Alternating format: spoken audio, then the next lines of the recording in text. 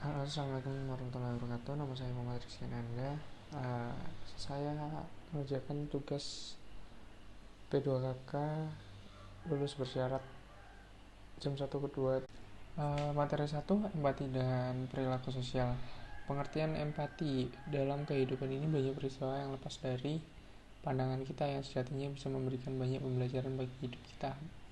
Peristiwa yang mengharukan maupun membagikan tetap memiliki arti kemampuan kita untuk memahami dan mengalami suatu perasaan positif dan negatif akan membantu kita memahami makna kehidupan yang sebenarnya.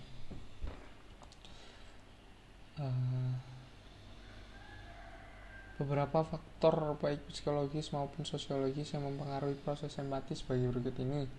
1. Sosialisasi. Dengan adanya sosialisasi memungkinkan seseorang dapat mengalami sejumlah emosi yang mengarahkan seseorang untuk memperlihatkan keadaan orang lain dan berpikir tentang orang lain. Perkembangan kognitif.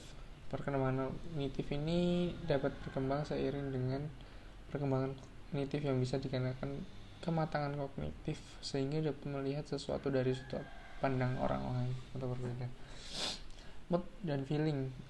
Situasi ini perasaan seseorang ketika berinteraksi dengan lingkungannya akan mempengaruhi cara seseorang dalam memberikan respon terhadap perasaan dan perilaku orang lain. Dengan melihat dan merasakan langsung kondisi yang dialami oleh orang lain, maka jiwa empati yang dimiliki akan lebih cepat berpengaruh. Teknik-teknik mengasah empati. Kemampuan empati harus selalu diasah dan dilatih sejak dini. Bahkan meskipun usia seseorang telah beranjak dewasa, harus tetap melatih empati. Beberapa langkah yang harus dilakukan agar kemampuan empati kita terbentuk antara lain: rekam semua emosi pribadi. Nah, setiap orang memiliki perasaan positif maupun negatif, misalnya sedih, senang, bahagia.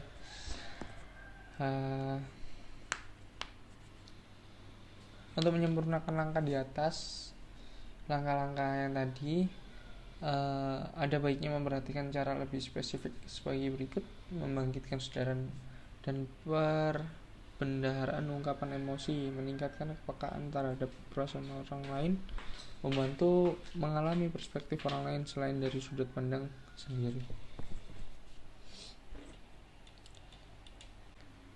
Meneguhkan penilaian sampai bukti terkumpul. 6. Bersifat sementara. Membentuk sikap ilmiah ini dianjurkan untuk berpikir kritis dimanapun berada. Membentuk study club untuk lebih mengasah. Membentuk ilmiah ini mempunyai 5 ciri pokok, yakni empiris, 2 sistematis, 3 objektif, 4 analitis, dan 5 indikatif. Yang ketiga, materi yang ketiga adalah literasi digital.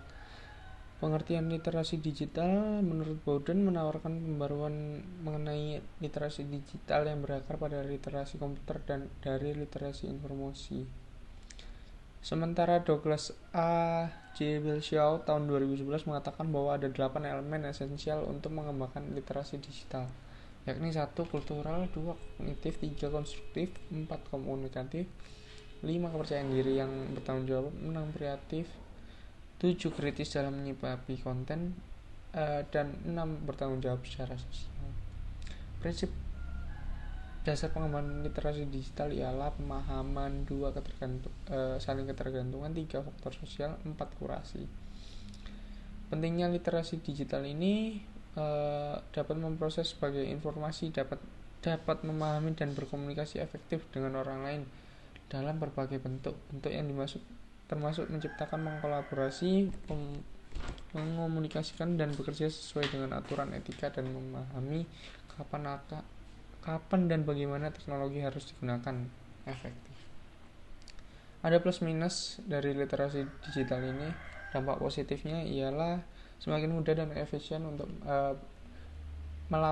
mencari sumber informasi, 2 untuk membantu proses pembelajaran, 3 mempermudah transaksi di bidang ekonomi. Adapun dampak negatifnya ialah memiliki ketergantungan dengan dunia digital. 1,